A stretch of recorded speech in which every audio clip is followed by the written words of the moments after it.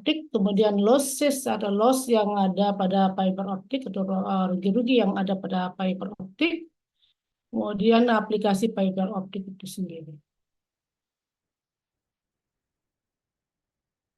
Nah, subjek PMK yang kita ingin capai itu adalah memahami karakteristik propagasi cahaya pada fiber optik, kemudian memahami struktur dan jenis fiber optik, kemudian ada macam-macam fiber optik, kemudian loss yang ada pada fiber optik, dan memahami aplikasi dari fiber optik. Nah, ini karena kita ngomongin tentang optik dalam komunikasi, di mana sih letak dari optiknya itu sendiri gitu ya, di dalam fiber optik itu.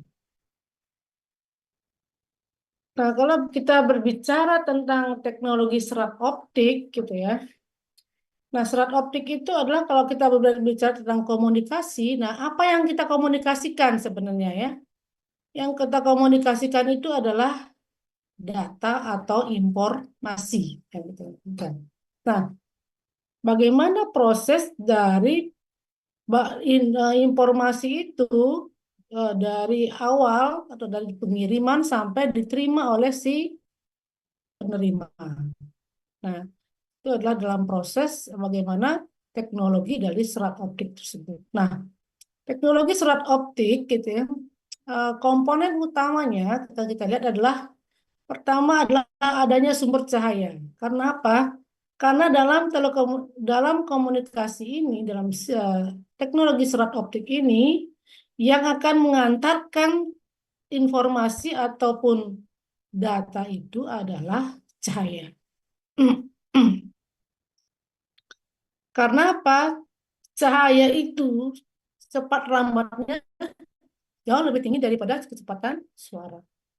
Seperti kita dengar, misalnya kalau kita lihat ada flash atau petir gitu ya, yang keluar dulu yang atau yang sampai ke kita dulu apa? Pasti cahayanya dulu, kemudian baru suaranya, suara menggelegarnya. Nah, artinya kita tahunya kan ada petir gitu ya, dengan adanya cahaya kilatnya, maka kemudian muncul menggelegarnya suaranya itu. Nah, itu menandakan bahwa kecepatan cahaya itu lebih cepat dibandingkan dengan kecepatan suara, gitu ya.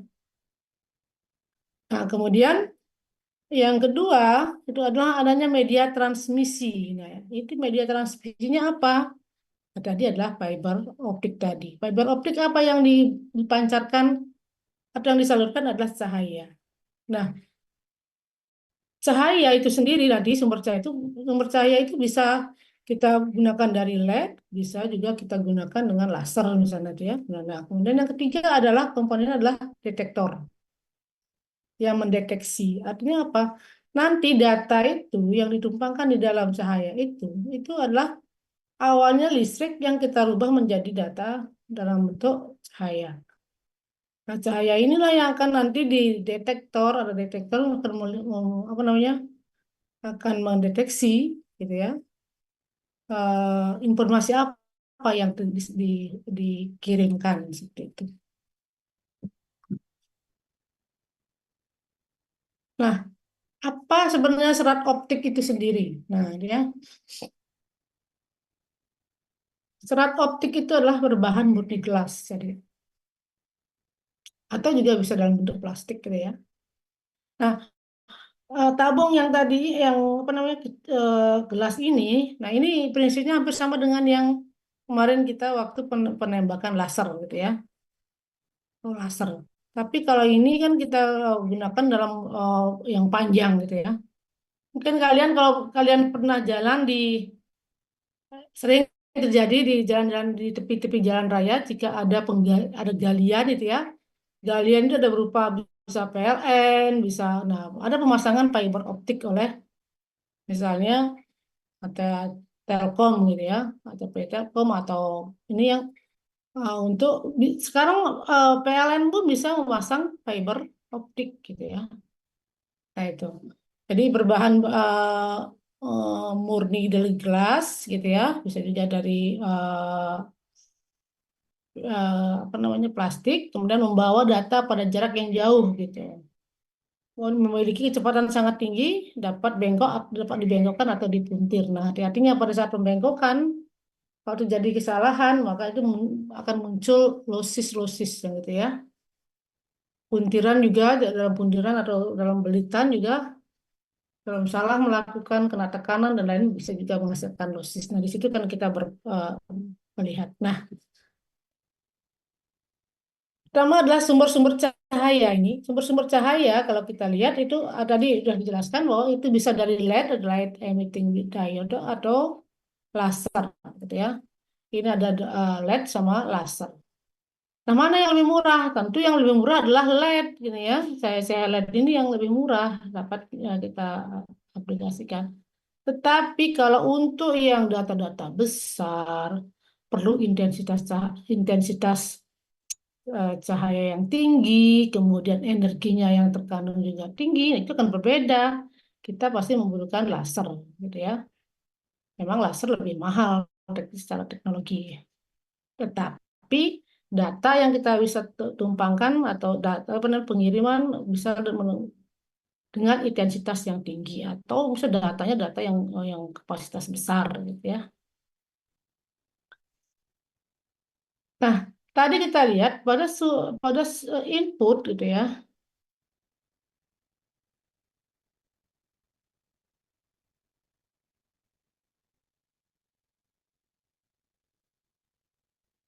Pada input kalau kita lihat dari ini tadi ya. Nah, ini ada di daerah input. Jadi ada sinyal input, kemudian optical dan sini optical transmitter. Nah, di sini opticalnya berperan ini optical transmitter, fiber optiknya, kemudian ada optical receivernya, kemudian ini sinyal outputnya. Pada inputan gitu ya, pada sumber atau input, modulasi sinyal diubah ke dalam sinyal-sinyal optik gitu ya. Kemudian modulasi dilakukan dengan alfa atau panjang gelombang antara 850, 1300 dan 1500 nanometer itu modulasinya. Nah, kalau kita menginginkan intensitas tinggi dan frekuensi cahaya yang tinggi, maka kita gunakan laser gitu ya. Kalau tidak membutuhkan itu, maka kita gunakan sinar LED karena sebagai sumber ya, sumber cahaya. Tapi ini kan ini yang lebih ekonomis gitu ya dibandingkan. Tapi ini untuk hal-hal yang memang tidak terlalu membutuhkan intensitas tinggi atau frekuensi yang tinggi.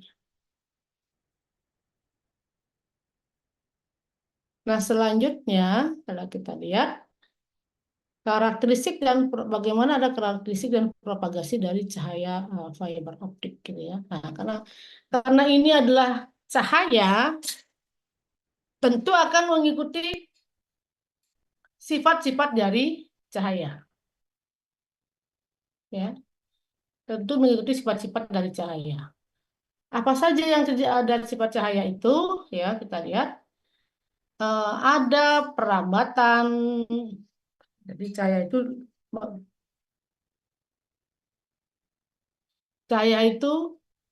apa namanya disalurkan dengan perambatan yang lurus, gitu ya. Kemudian atau straight propagation. Kemudian kalau dipantulkan, cahaya juga dapat dipantulkan, gitu ya, atau di reflective propagation. Ada refracted atau dibiaskan, gitu ya. Ada pembiasan. Nah, komponen apa namanya sifat-sifat ini sudah kalian dapatkan di materi sebelumnya, bagaimana itu sifat itu dipantulkan atau dibiaskan. Nah, kalau pemantulan, kalau kita lihat di pemantulan, kalau misalnya pakai lensa kalau pantul itu kan di cermin. Kalau pemantulan gitu ya, pemantulan gunakan cermin cembung, cekung, kemudian datar itu sudah dipelajari bagaimana karakteristiknya. Demikian juga kalau pembiasan. Untuk pembiasan juga sudah ada aturan-aturannya. Bagaimana itu pembiasan dari dua medium yang mempunyai indeks bias yang berbeda. Maka akan terjadi pembiasan atau pembelokan gitu ya, cahaya. Nah, ini prinsip-prinsip dasar ini sudah kalian pelajari di pertemuan-pertemuan sebelumnya ya. Sekarang kita hanya sebagai pengulangan saja. Nah, bagaimanakah propagasi cahaya di dalam fiber optik gitu ya. Tadi kita lihat ada uh, apa namanya, gelombang itu dipancarkan secara lurus. Kemudian ada bahasa ini ya. Nah, terus kemudian eh,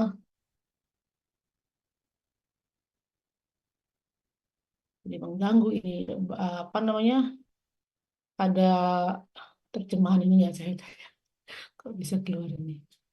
Mohon maaf kalau di kalian di apa namanya, di slide kalian keluar nggak kata-kata yang ini ya, yang di bawah ini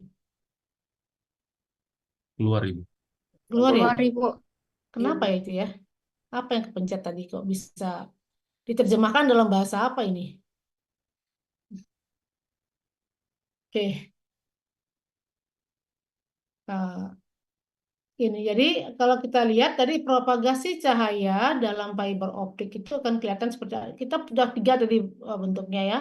Yang di mengalir lurus seperti ini, kemudian ada yang dipantulkan gitu ya, seperti ini.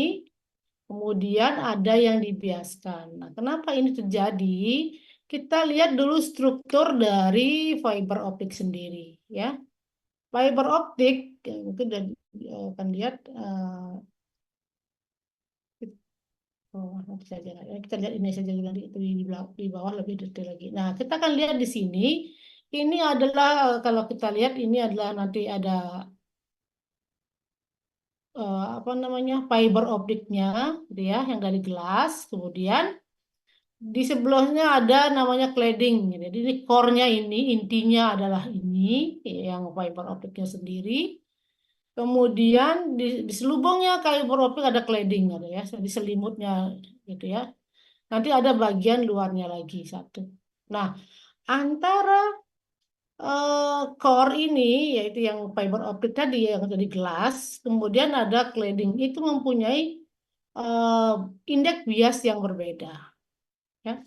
Sehingga jika ada cahaya yang ini seperti yang cahaya yang biru, yang hijau ini mengenai apa namanya claddingnya, artinya antara apa namanya, antara ini yang dikatakan cladding yang tipis seperti kalau itu cahaya itu eh, mengenai cladding itu artinya apa? Jadi apa namanya, mengenai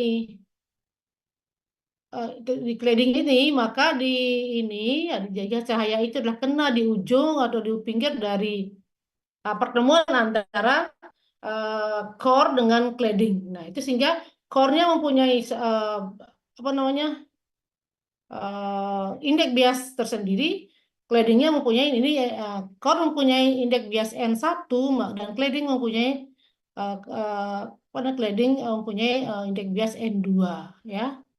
Nah, ini adalah sudut penerimaan, ini apa? Ini adalah sudut penerimaan dari cahaya tadi. Cahaya tadi difokuskan di sini. Nah, ini yang mengena akan menjadi, kalau ini dibiaskan maka ini akan menjadi hilang gitu ya.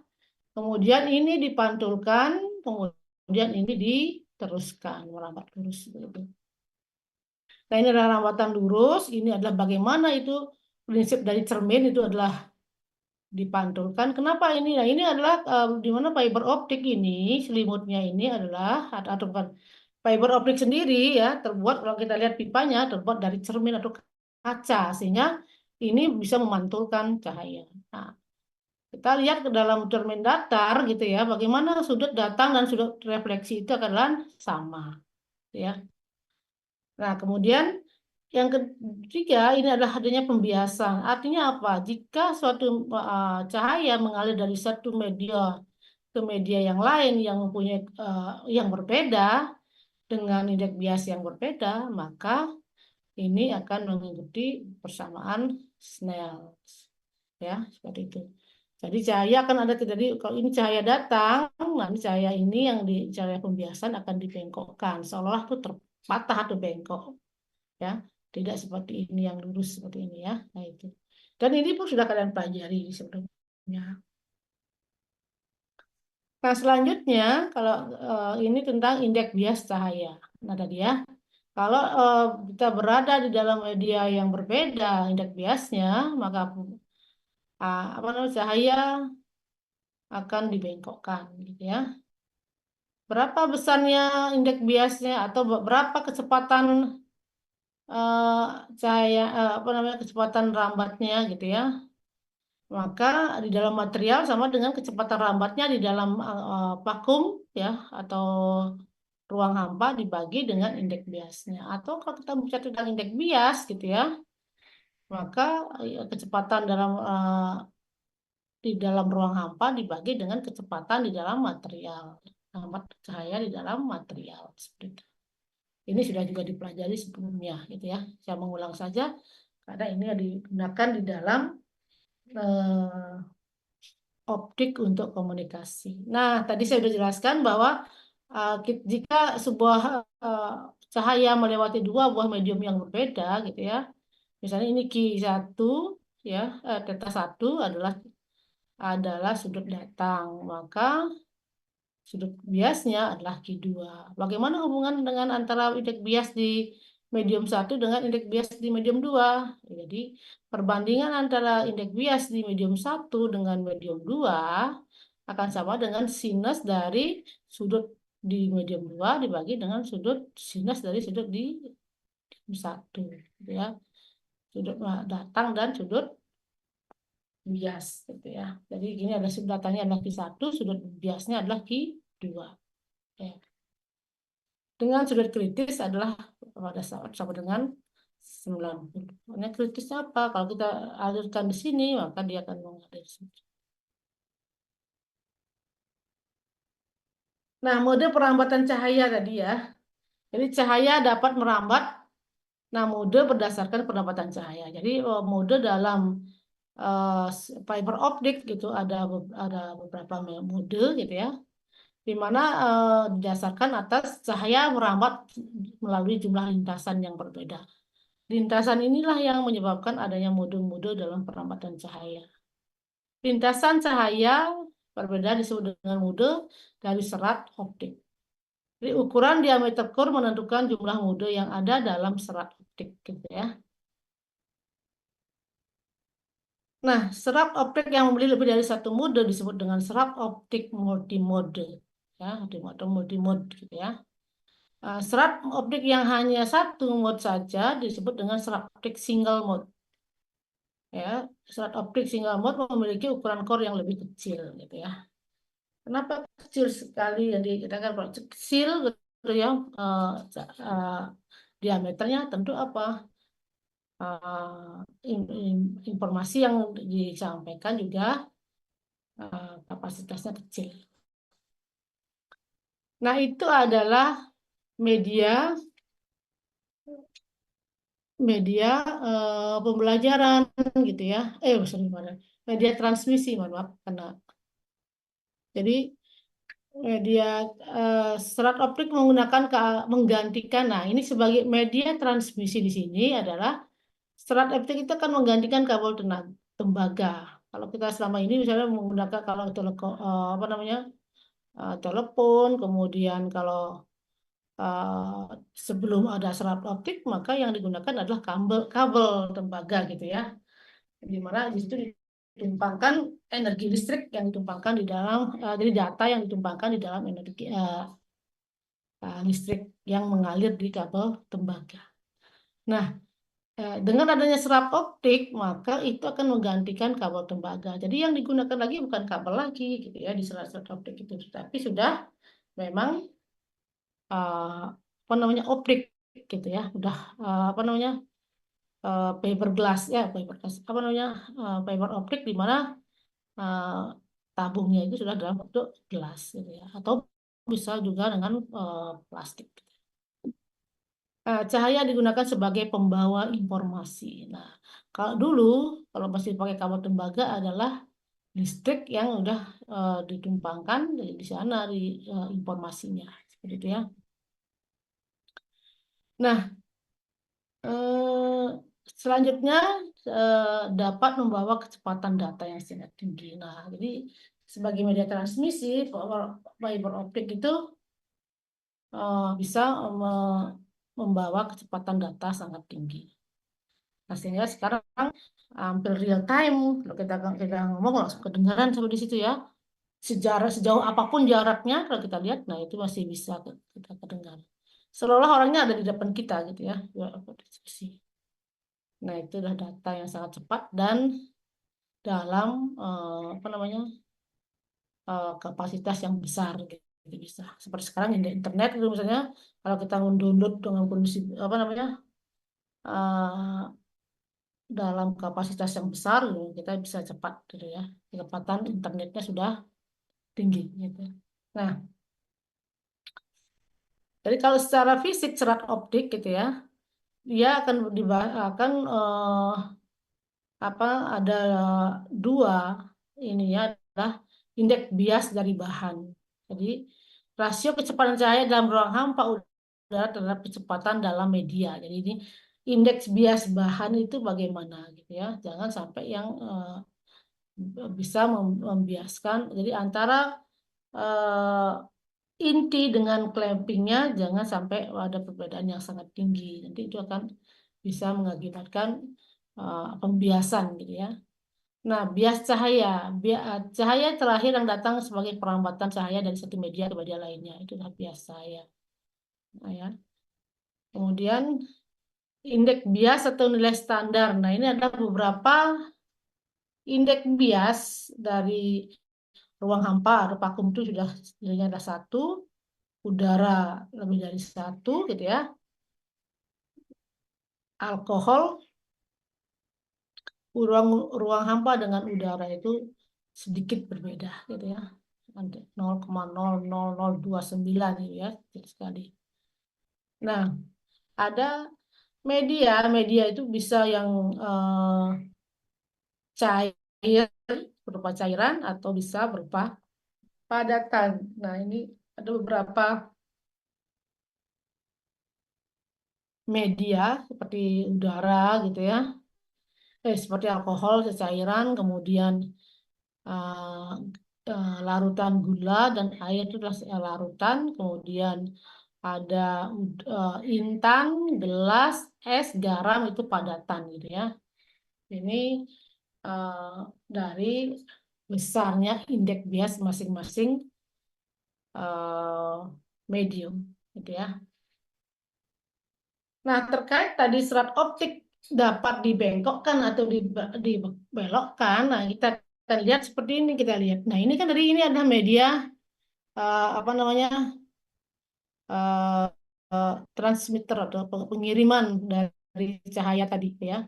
Nah, cahaya laser kalau kita lihat ini adalah bagaimana kerucut dia akan mengirimkan sinar gitu ya. Ini adalah yang biru sinyal satu dan sinyal dua merah. Nah, kita lihat bagaimana posisi dia waktu menembakkan cahaya. Nah, kalau yang kita lihat biru, misalnya sinyal pertama, nah ini dia mengenai ini akan, nah inilah fiber optik seperti ini. Di sini adalah dari gelas gitu ya, berbahan gelas sehingga ini bisa memantulkan sebagian besar cahaya. Bagaimana dia mengikuti? Kalau lekukan, nah biasanya kita kalau kita ini anggap di sini pasti ada bidang normal di sini, maka ini datang sama dengan ini eh, yang dipantulkan. Begitu juga di sisi ini. Dia akan mencari bidang normal. Nah, ketika ini adalah sudut datang, maka sudut perginya juga begini. Pantulan, nah ini kan seperti itu. Nah, ini juga gitu, yang merah, yang biru juga. Nah, ini kan tidak di nah, saat ini kan bisa saling menguatkan. Ini sudah sepase di sini. Artinya apa namanya sinar itu sudah satu arah gitu ya. Nah, itu. Artinya bukan sama belum berimpit ini ya. Kalau bisa sama persis ini ya, berimpit jadi satu. Seperti kemarin monokrom melurus gitu ya.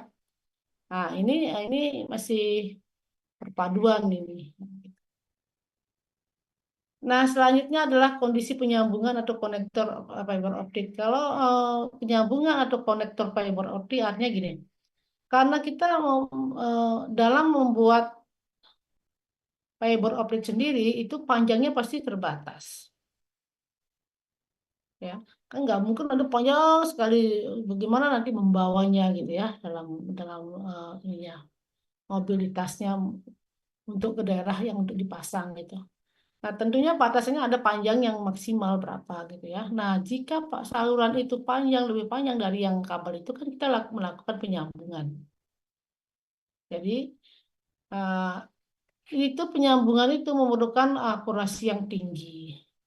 Kenapa?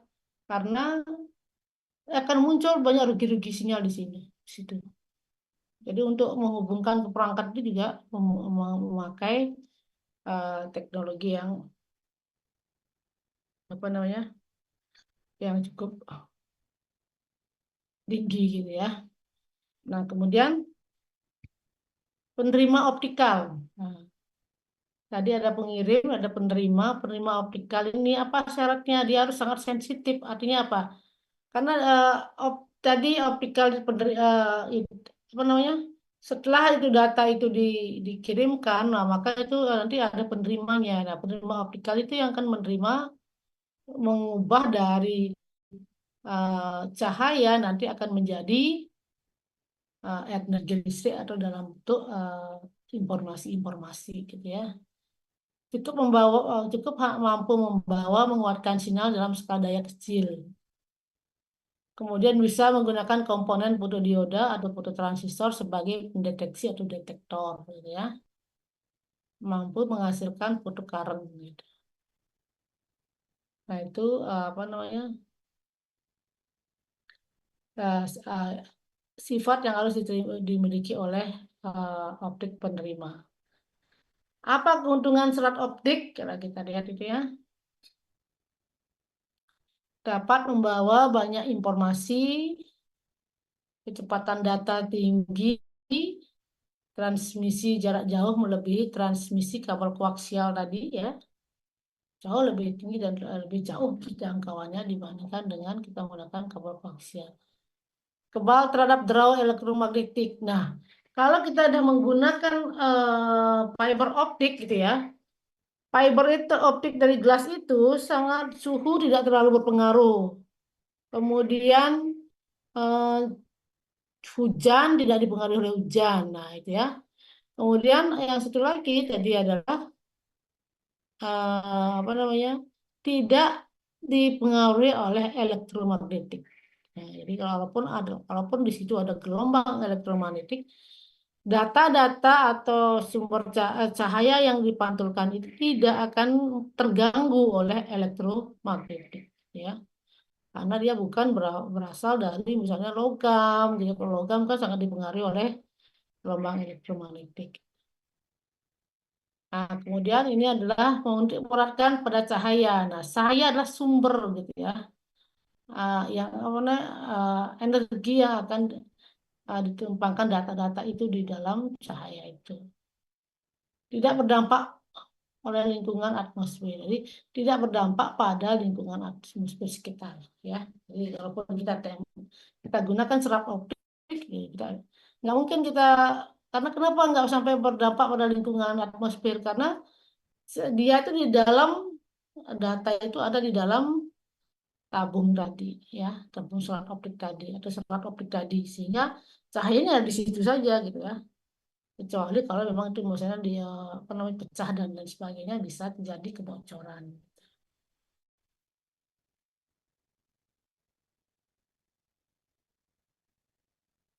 Nah, bagaimana sistem? Nah, sebenarnya pemanfaatan ini adalah salah satu adalah sistem komunikasi serat optik. Nah, nanti ini akan kalian dapatkan di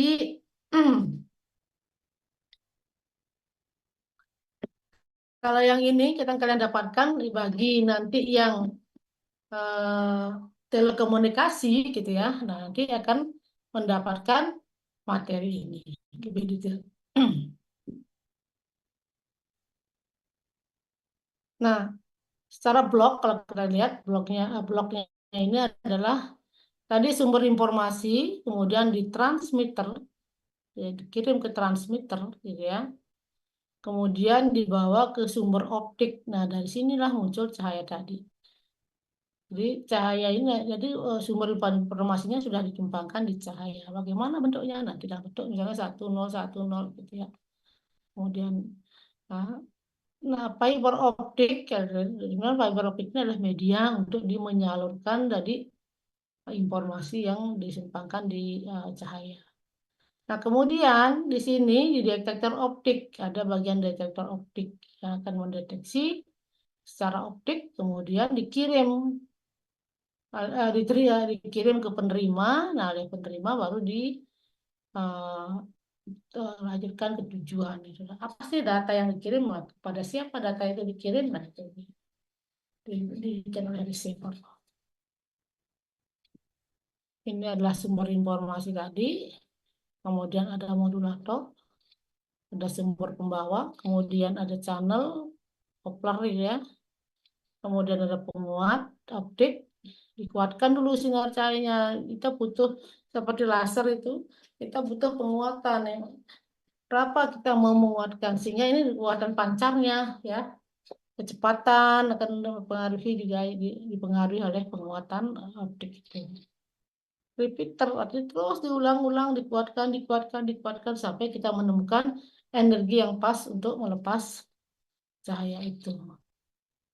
Ya, nanti setelah itu sudah di repeat, ada penguatan optik. Nah, kemudian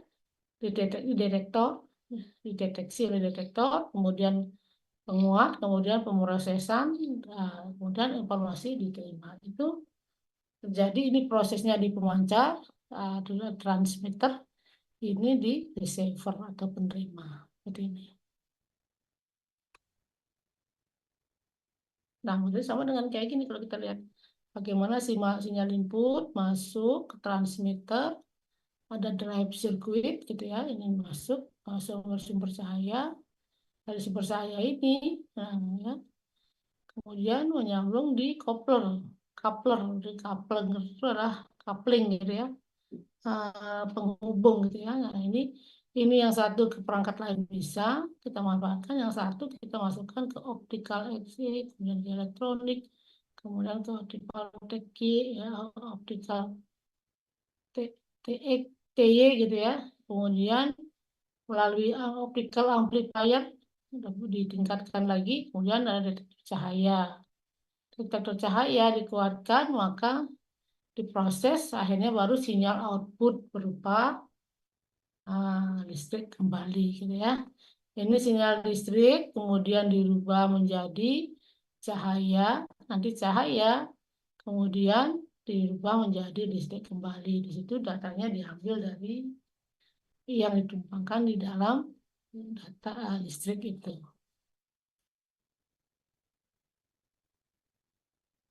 Nah, silakan nanti kalau ada yang bertanya, sebelum dulu, nah ini sih.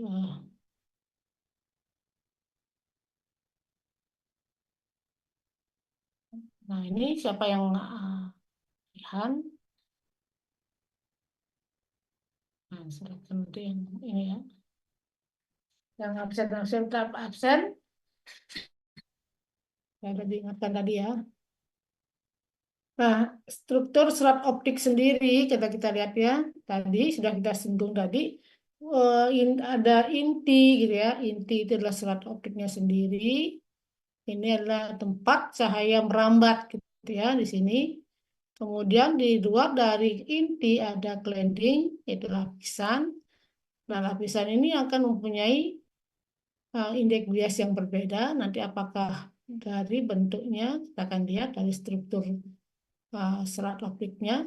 Kemudian yang paling luar ini adalah coatingnya atau jaketnya pelindungnya nih, ya, pelindung mekanis. Sehingga kalau kita lihat tetap karena ini nanti kabel itu bisa di tanah dipasangkan ya. Nah itu nanti apa namanya perlu adanya pelindung atau coating ini ya, sama dengan kalau kita lihat kabel pengantar listrik mungkin yang udah lihat. Nah itu adalah isolasinya yang paling luar itu ya. Nah itu yang dikatakan coating atau jaketnya sendiri. Nah, indeks bias tadi ini selalu lebih besar daripada indeks bias cladding. Jadi, apa namanya? Indeks bias score selalu lebih besar ya. Indeks bias score-nya ini berarti indeks bias eh, apa namanya? Fiber optiknya sendiri lebih besar daripada yang di apa namanya claddingnya adalah ya. Kenapa? Biar tidak terjadi pembiasan gitu ya. Itu lebih kecil, kalau lebih kecil jadi pembelokannya tidak sampai keluar gitu ya. Bisa dia datar ataupun nanti ada membentuk sudut.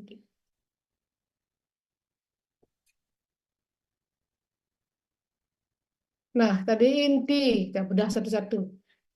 Inti, cladding, clothing gitu ya. Kalau inti atau core ini terbuat dari bahan kuarsa dengan sangat tinggi, kualitas sangat tinggi gitu ya. Kemudian merupakan bagian utama dari serat optik karena perlambatan cahaya sebenarnya terjadi pada bagian ini. Diameternya 10 mikrometer sampai 50 mikrometer. Nah, ini dia. Kecil sekali. Ya.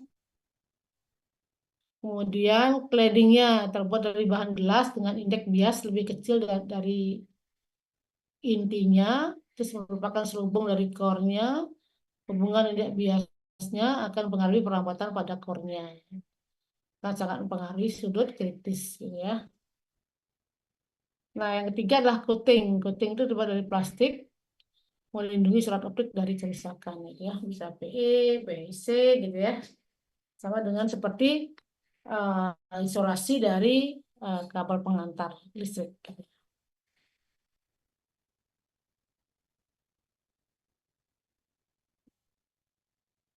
Nah, itu ya kalau jenis serat optik sendiri ada yang step index namanya, step index multi mode, mode atau step index multi mode, graded index multi mode, kemudian step index single mode.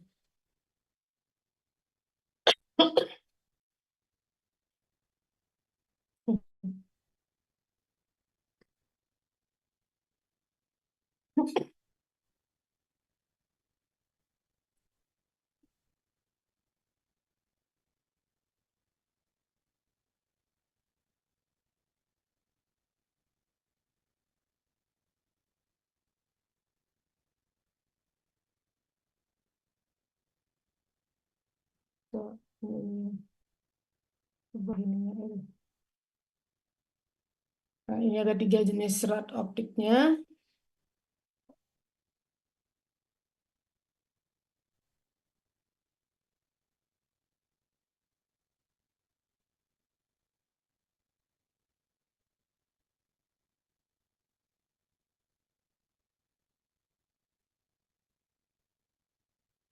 Nah, dari tiga itu yang pertama adalah step indeks multi mode ya. Kita akan lihat profil indeks biasnya adalah tadi yang ini yang N1 adalah yang dimiliki oleh core gitu ya, N2 yang dimiliki oleh selubungnya. Nah, ini adalah uh, di mana diameter dari apa namanya core-nya adalah 50 mikrometer. Kemudian kalau ini diameter yang luarnya ini adalah 125 mikrometer gitu kan. Di mana claddingnya ini yang pipis ini adalah claddingnya nih. Nah, sangat kecil, tipis sekali dia cladding. Nah, ini indeks bias core konstan. Ukuran core lebih besar dan dilapisi cladding yang sangat tipis. Berarti perbandingan antara tebalnya cladding dengan tebalnya core ini core lebih jauh lebih tinggi gitu ya. Nah, jika kita lihat bagaimana jika ini cahayanya masuk datang dari sini, maka ada pantulan seperti ini gitu ya. Kemudian kalau cahaya yang datang dari sini, nah ini kan jadi pantulan seperti itu. Nah, ini indeks bias core-nya konstan gitu ya. Ukuran core-nya lebih besar daripada cladding-nya. Penyambungan kabel lebih mudah karena memiliki core yang besar. Kita akan memudahkan kalau core-nya besar. Terjadi dispersi hanya digunakan untuk jarak pendek dan transmisi gitu ya. Transmisi data bit yang rendah. Jadi gini, kalau step index mode multimode, ya, step index multimode kita digunakan untuk pemakaiannya adalah jarak pendek dan transmisi data rendah atau data bit rendah ya. Bit rate rendah itu yang digunakan step index multimode. Nah, selanjutnya adalah graded index multimode. Bagaimana menghasilkannya? Nah, ini ya. Di dalam ini diberikan ada pembiasan diffraksi di sini ya. Sehingga jika di sini diberikan ini gitu ya, di tempat ini diberikan adanya lensa cembung seperti ini, maka apa yang terjadi? Maka cahaya ini dibiaskan. Kemudian di sini juga diberikan ini cahaya dibiaskan lagi. Ini juga dibiaskan lagi dan seterusnya ya. Itu namanya graded index indeks multimode. Cahaya merambat karena difraksi atau adanya pembiasan yang terjadi pada kurs hingga rambatan cahaya sejajar dengan suhu serat. Ya, nah ini akan ke sana. Yang atas ke sana, yang bawah juga ke sana, gitu ya. Kemudian core terdiri dari sejumlah lapisan gelas. Nah, ini lapisan gelasnya ada di sini ya, gitu. Yang memiliki indeks yang berbeda. Indeks bias terdiri terdapat pada pusat core dan berangsur-angsur turun ke batas core cladding, gitu ya. Ini juga perampatannya akan semakin menurun berdasarkan dari tempat yang berbeda. Ya. Dispersinya minimum, gitu ya. Harga lebih mahal dari serat optik SI dari single indeks tadi karena proses pembuatannya lebih rumit. Jadi ya ini lebih mahal daripada yang pertama tadi, ini ya. Karena di sini ada lapisan-lapisan optik seperti itu.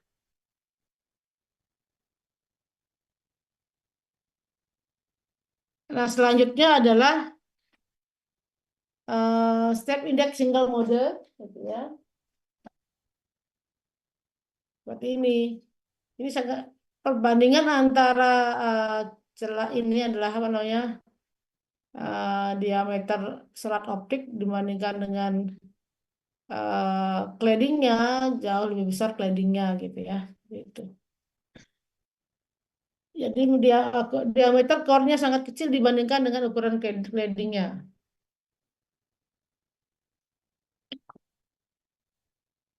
Nah, cahaya hanya merambat dalam satu mode saja, yaitu sejajar dengan serat optik. Jadi kalau karena kecil gitu ya, kemungkinan untuk mantulnya kan enggak, ini pasti kan lurus ya, cahayanya. Nah, ini bagaimana kita menggunakan ini? Nah, digunakan untuk transmisi data dan bit rate tinggi gitu ya. Karena kita inginnya kecepatannya tinggi. Jadi kita udah nggak perlu dia pantul-pantulkan, diarahkan saja lurus gitu ya. Jadi transmisi datanya dan bitnya lebih dengan rate yang lebih tinggi gitu.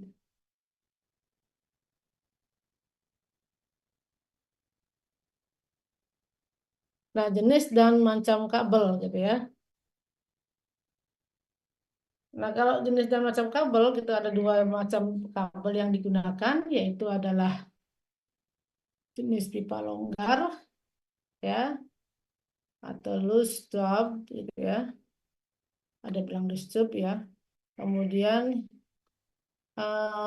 serat optik ditempatkan di dalam pipa longgar atau loose tube dengan yang terbuat dari bahan PBTP atau polybutylene terephthalate, ya, terephthalate serta berisi jelly. Nah, di sini fungsinya jelly nanti adalah sama dengan kalau kita lihat ini dianalogikan saja dengan misalnya kabel listrik. Kalau kabel listrik kita kupas, dia mempunyai perlindungan luar. Kita mau kupas lagi, maka di dalamnya juga bisa ada perlindungan yang misalnya kalau itu 3 inti, di antara tiga itu agar tidak terjadi tekanan mekanik sehingga merusak kabel gitu ya. Nah, itu juga sama dengan di optik gitu. Jadi nantinya kalau kita lihat di lusup artinya di pipa longgar, maka di dalamnya akan dipasangkan pipa-pipa apa namanya akan dipasangkan uh, serat optiknya ya. Jadi ini serat optiknya kita kumpulkan misalnya intinya berapa 6 apa 3, nah itu baru kita masukkan. Nah itu masih masuk dalam selubung-selubung longgar. Nah, yang kedua adalah jenis alur atau slot, gitu ya. Sama dengan seperti ini slot itu adalah tempat meletakkan kabel. Nah, kalau di sini eh, untuk meletakkan fiber optiknya, gitu ya. Nah, seperti itu. Nah, contohnya tadi kalau kita lihat ada yang loose tube ya.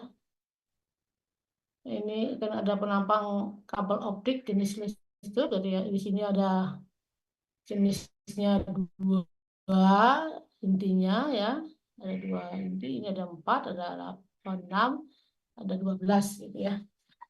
Nah, ini apa saja isinya kalau kita lihat di penampang loose tube-nya. Karena ini kan di loose tube-nya sendiri ini ada ini lagi di dalamnya. Ya, ini kalau kita lihat ini kan ada flooding gel dari di antara apa namanya? Ya ada tabung ini akan sama apa namanya? Diberikan gel sehingga ini secara mekanik tidak akan bergeser-geser di sini sudah diam di situ dia gitu ya. Kalau kena diinjak atau kena apa tuh tidak merubah, tidak saling menginjek gininya gitu ya. Ada pelindungnya gel di situ. Kemudian ada PE sheet, jadi PE sheet itu adalah pelindung pelindung PE-nya ya. Kemudian ada water blocking. Kenapa ada water blocking?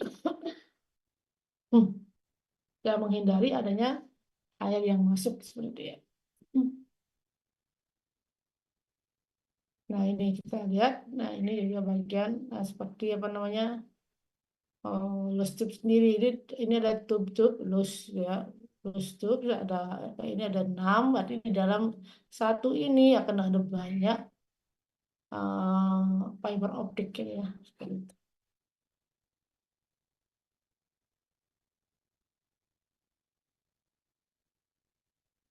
Kemudian ada penampang kabel optik jenis slot gitu ya. Jadi slot itu tadi seperti ini.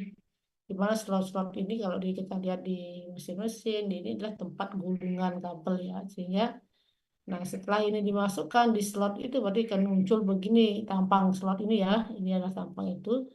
Nah di slot-slot ini ya sama slot-slot ini dikasihlah ini ya.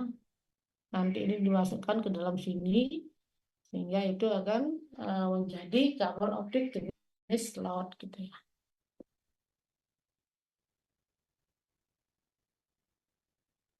Nah, jenis kabel optik berdasarkan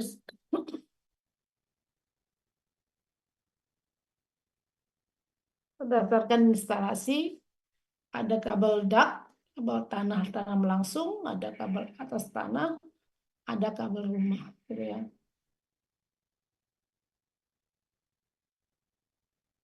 Nah, sebelum ke sana kita akan lihat bahwa di dalam fiber optik gitu ya, ada kabel itu berwarna-warni, sehingga mungkin lebih untuk percantik. Juga sebenarnya ada makna-makna di situ kita lihat bahwa kalau satu itu pasti udah biru gitu ya. Jadi untuk menghitung berapa tube ada di situ, maka itu dari warna biru yang pertama dia terus bisa diberikan lagi yang baby orange, kemudian green dan ini semua ditandai warnanya itu, ya, ya seperti itu. Nah kembali mungkin salah meletakkan itu ya, saya kembali ke ini lagi yang kabel optik duct ya. Optik duct kita lihat ini adalah bagaimana strukturnya tadi adalah ya ada pelindung jaketnya, kemudian ada Thixotropic gel, kemudian ada discolored fiber gitu ya. Ini fiber per tube-nya ada 2, ini ada per tube-nya ada 4, ini fiber per tube-nya ada 6, ini per tube 12 dan seterusnya. Nah ini kan dipasangkan di setiap set ini. Ini ada set 6, ini ada 8, ini ada 12.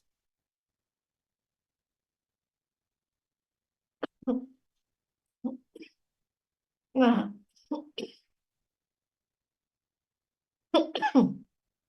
konstruksi dasar kabel optik tanah tanam langsung. Nah, ini yang kalian mungkin sudah saksikan ini bagaimana PLN menanam eh bagaimana tukang-tukang itu kemarin menanam eh, fiber optik gitu ya, sehingga kita di sekitar kampus terjadi apa namanya kemacetan gitu ya. Hmm. Yang ditanam adalah kabel seperti ini ya. Ini yang memang kabel khusus untuk ditanam seperti itu. Adapun bagiannya itu adalah nanti ada inner seat gitu ya di atas, paling dalam ada water blocking tape, ada PS seat, PS seat, kemudian central string member, ya. Kenapa ada central member ini adalah central string member. Artinya di kabel itu ada juga yang mempunyai kekuatan yang tinggi gitu ya. Artinya apa? Kalau kita inginkan apa namanya, inginnya kabel itu kan lurus, tidak apa namanya, tidak mengalami bengkokan yang signifikan gitu ya. Nah, ini yang perlu adanya central strength member ini, yaitu yang memegang jika dia harus lurus gitu ya, atau kan nanti kalau kita gantung dia tidak melengkung gitu. Nah, itu juga digunakan sebagai central strength member gitu ya. Nah, itu. Nah, ini ada beberapa model rancangan, satu lapis berisi 6 lus gitu ya. Nah, ini juga punya apa namanya, warna-warni yang di satu grup itu. Sorry. Nah, itu ya. Ini ada beberapa metode apa namanya struktur. Eh, Kemudian bagaimana ada apa namanya, ada blockingnya untuk kalau kita tanam tanaman itu. Kalau kita tanam eh, apa namanya, eh, kabel optik itu gitu kan, itu kan di tanah pastinya. Nah, kemudian di tanah itu juga lembab. Nah, atau bisa juga banjir, terendam. Nah, bagaimana caranya melindungi serat optik tersebut itu ya. Nah, selanjutnya mungkin mohon maaf ya, tidak bisa full nanti mengisi berapa jam, sebentar saja. Karena ini apa namanya, kondisinya kurang bagus. Nah, ini adalah beberapa ini ya, semakin banyak ini tenggorokan yang nggak bisa. Jadi ini ada beberapa, ada 6 lus, ada yang 12, ada 8 lus lip, lus tube, ada yang 12 lus tube gitu ya. Tergantung dari eh, kalau kita lihat semakin banyak serap optiknya, maka data yang terkirimkan juga akan semakin banyak untuk kapasitas yang lebih besar. Ya, ini juga beberapa pengantar seperti ini. Nah, kemudian, nah ini juga beberapa, jadi ya, ini kalau dia di tanah pakai ini. Nah, kalau di atas tanah, kenapa? Nah, ini juga ada messenger wire nih. Ya, messenger wire, steel messenger. Nah, ini juga samping dia string member, dia nanti dia ada steel messenger gitu ya. Messenger itu apa? Nah, ini juga bisa, steel itu adalah baja, ini juga bisa mengirimkan informasi juga ya. Messenger, pesan, pesan ya. Nah, kalau yang di drop, yang di duct biasanya ya, di drop itu ada yang seperti ini. Di electric string member, kemudian buffer tube, pipernya sendiri. Nah, ini adalah per wire-nya ini yang tadi sebagai apa namanya tadi dijelaskan, messenger wire gitu ya. Nah, ini yang drop seperti ini bentuknya. Ada optik fibernya di sini, ada string membernya di sini. Dia pakai non metalik, ada supporting wire di sini. Nah, ini salah satu bentuk aplikasi Nah, ini konstruksi dasar kabel rumah, ya, sama standar dasar sama, ya. Kalau seperti ini, kalau dua, yang ini mesti kosong. Kalau empat, juga yang enam nambah lagi, gitu ya, menyesuaikan ya.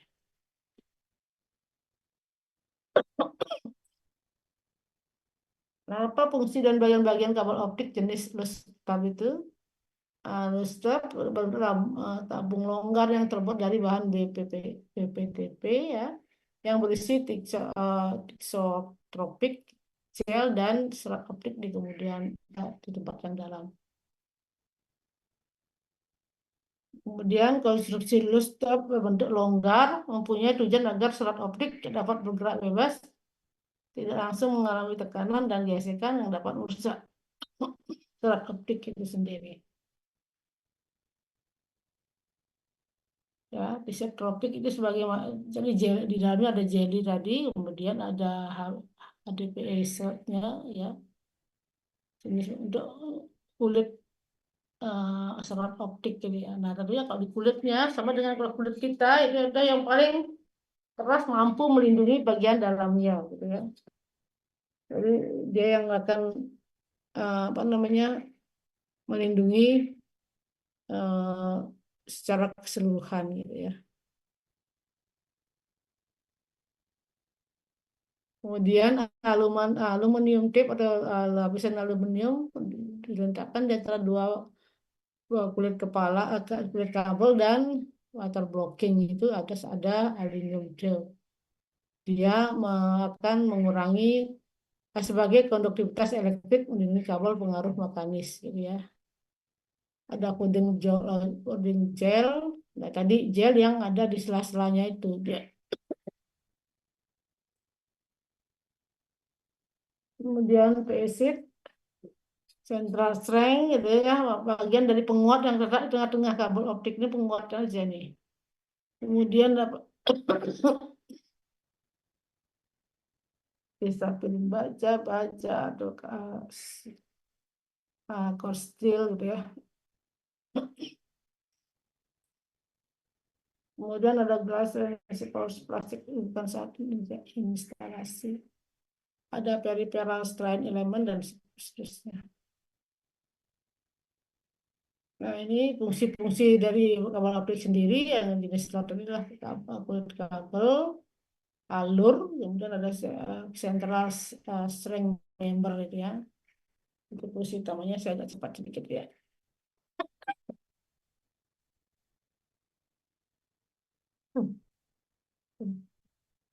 Jadi dari kita akan membahas tentang ada dalam lulus atau apa, ada rugi-rugi ya. Nah, yang ada di dalam sebuah apa namanya serat optik itu ada bagian namanya intrinsik dan ekstrinsik. Kalau udah ngomongin intrinsik berarti yang dari dalamnya, ekstrinsik dari luarnya. Nah, fakta ada losis yang ada adalah losis absorpsi atau pada saat penyerapan, ada terus kemudian ada scattering losses, ya, ada extension factor dan no standar instalasi aja, tidak berdasarkan standar gitu ya instalasinya. Rugi-rugi dalam penyerapan atau absorption loss dan seperti ini. Apa yang menjadi penyebabnya pada saat adanya molekul air yang terperangkap di dalam core, gitu ya. Nah, sehingga ini akan menyerap sehingga keluarannya menjadi kecil. Hmm, ada yang data yang kurang lengkap gitu ya. Rugi-rugi karena penghamburan atau scattering losses. Disebabkan karena adanya efek yang memantulkan atau membiaskan cahaya. Di sini ada, ini juga misalnya tadi, tapi ini tidak besar, masih kecil, bisa membiaskan cahaya.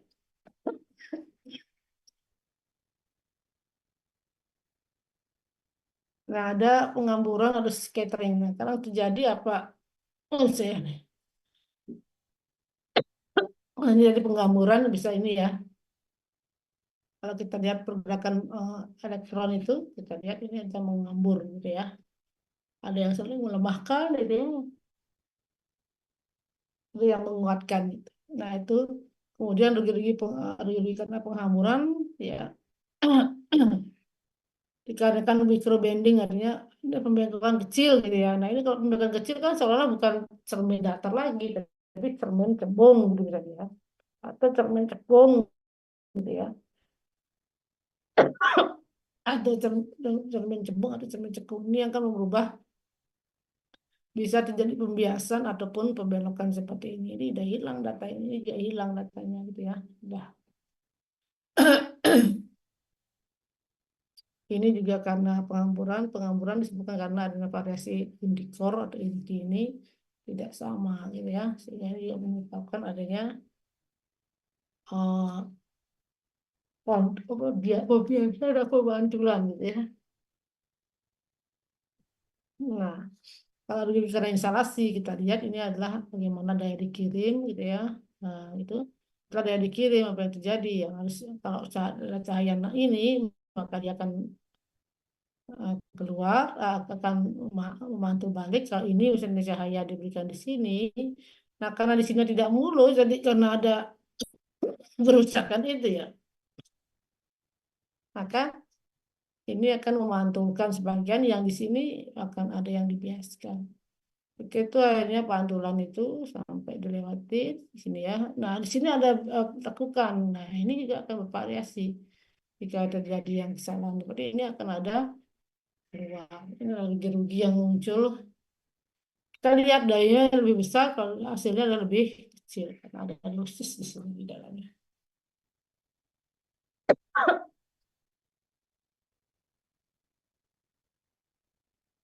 Eh, saya sudah berbicara 1 jam lebih. Ada masih terdengar suara saya?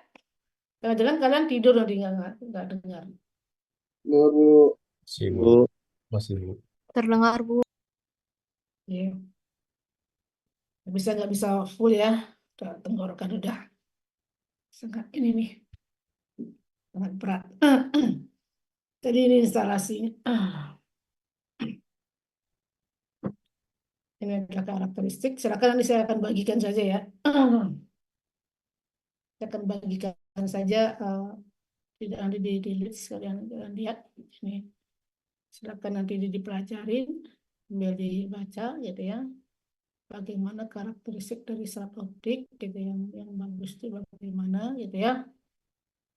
Jangan sampai tidak boleh ada air yang masuk gitu. Vibrasi pada kabel itu yang diizinkan berapa gitu.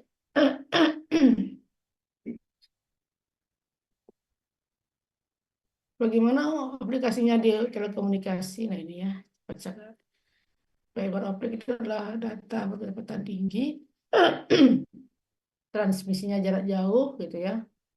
Kemudian untuk kapasitas band besar kita bisa gunakan fiber optik.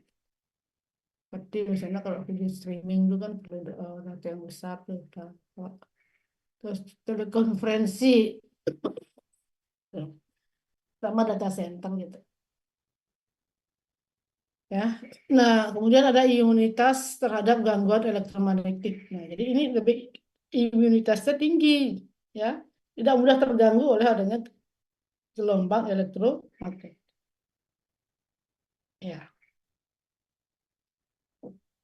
keamanan untuk serat optik itu sangat aman karena apa? Tidak mudah untuk dicuri data kita, gitu ya, dengan jalan dicuri data kita karena dia disalurkan berupa cahaya. Walaupun diambil datanya dengan jalan, cahayanya kan tidak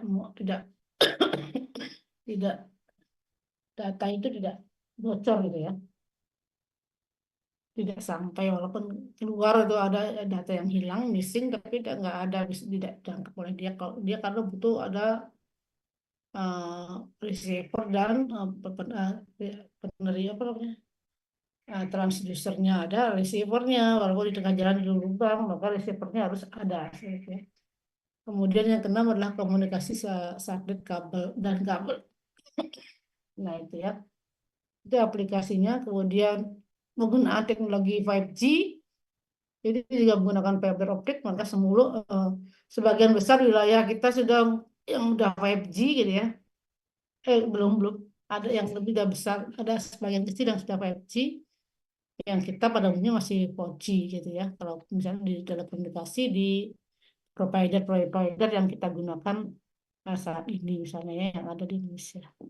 Kemudian penerapan dalam sistem telekomunikasi modern ini adalah tadi adanya digunakannya pembagian sinyal telekomunikasi atau multiplexing dan sistem time division multiplexing.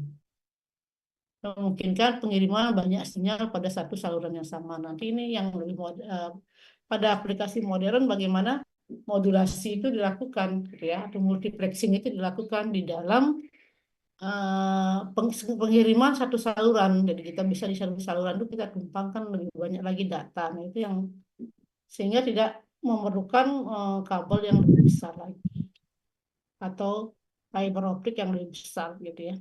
Itu yang kita manfaatkan dalam telekomunikasi modern. Nah, itu yang materi yang bisa saya sampaikan hari ini. Mohon maaf, mungkin saya agak lebih cepat. Mohon izin untuk lebih cepat mengakhiri ya, karena kondisi tidak bisa saya.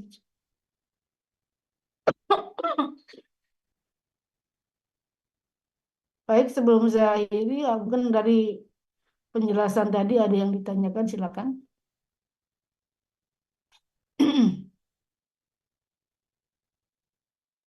Silakan kalau ada yang bertanya.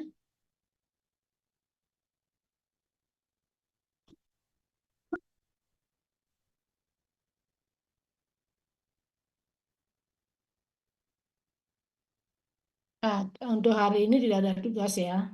Nah, tugas yang sebelumnya sudah dikirimkan. Saya belum ngecek, mungkin nanti saya tugas yang pertemuan ke-11 sudah dikerjakan.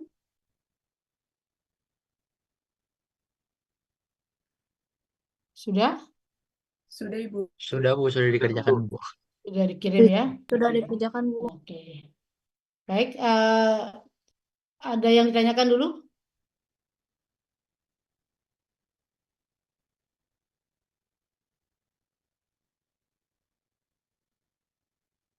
Kalau tidak ada yang bertanya, saya anggap